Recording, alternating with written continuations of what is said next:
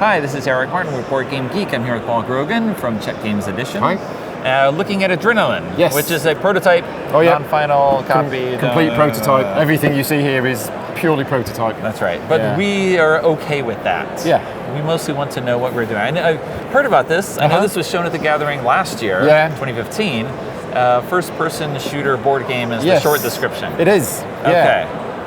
But without dice. Without dice. Without dice. Okay. So it's a type of game which a lot of Euro gamers might be like, oh no, we don't like that kind of game. But actually, they've been really enjoying it because of the Euro elements to the game. Okay. So yeah, there are no dice. You have a fixed movement.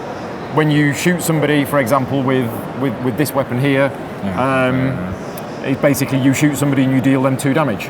Okay. That's juicy descriptive graphic there. You can plan your turn, you plan exactly what you're going to do, but all the weapons are different. They've all got some cool abilities. So this one allows you to move a couple of spaces before, so you can get into the right position. And if you spend one of your blue ammo cubes, you can deal an extra damage.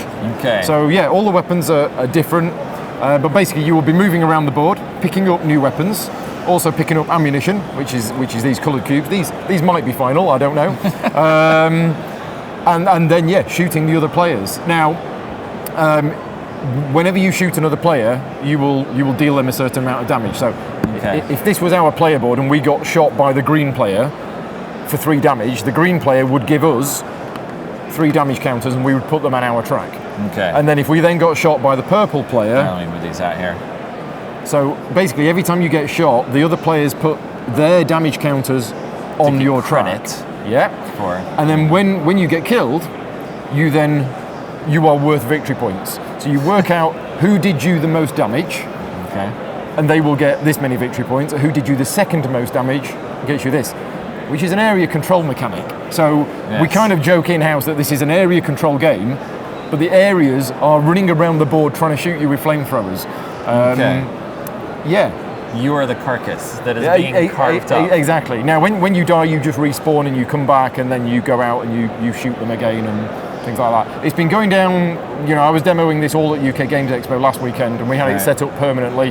And a lot of gamers were coming along and trying it because I persuaded them to, and then said, actually, that was really good fun. They weren't expecting to like it because of the theme of the game, but they did like it. So yeah. Okay. So we're targeting an Essen release for this year.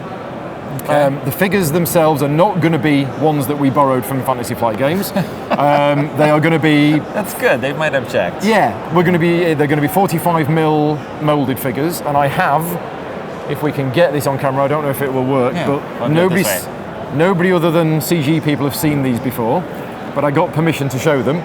So these are the 3D sculpts of what the miniatures are going to look like. So they're not all human. One of the yellow character is this big robot with a big machine gun. Yeah, he's on the box. He's on the box. The green guy is some lizardy type of guy. The blue guy is a banshee. So yeah, this is what the minis are going to look like. And as I said, they're going to be between 40 and 50 mil. Okay. So yeah, that's pretty much about the game. Apart from why it's called Adrenaline, which is the coolest part of the game, which is going back to the damage track.